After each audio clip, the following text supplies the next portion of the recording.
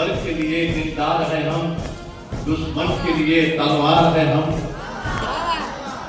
मैदान में अगर हम आ जाए, मैदान में अगर हम डट जाए, मुश्किल है पीछे हट जाए।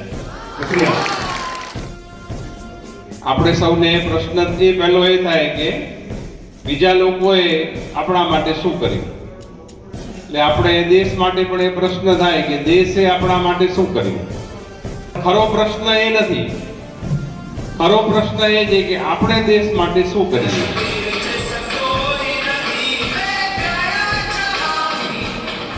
जमहूरियत की मान्यता लोग, हमारे देश के लोग अपना वोट अपने नुमाइंदों को देके चुनते हैं, और वही नुमाइंदे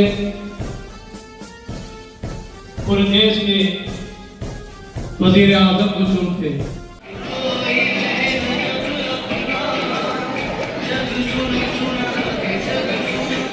આભાર માનું છું.